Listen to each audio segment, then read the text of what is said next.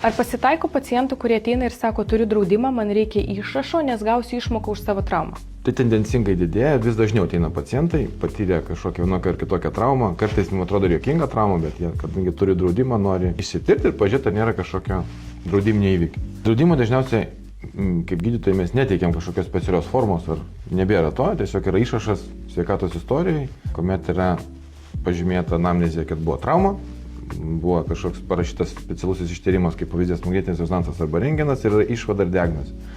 Tai šitų dalykų reikia draudimui, plus rekomendacijų, kaip bus gydomas pacientas. Ir tai, kiek žinau, dažniausiai prašo, kad mes šitą visą surašytumėm, bet ne specialioje formoje, bet paprastam išraše, tokia yra kaip ir mūsų kasdieninė duona. Esu susidūręs su atveju, kuomet aš parašiau lūžį, o pacientas atėjo pas mane pykdamas ant draudimo, kad draudimas nemato lūžių, nes draudimo ekspertai atmetė, kaip supratau, dokumentus. Tai tuomet mes su radiologais padarėm nuotrauką, ją specialiai pažymėjom, kur yra lūžis, perdavėm pacientui, pacientas tada nukeliavo draudimą. Tai tokiu atveju tikrai pasitaiko.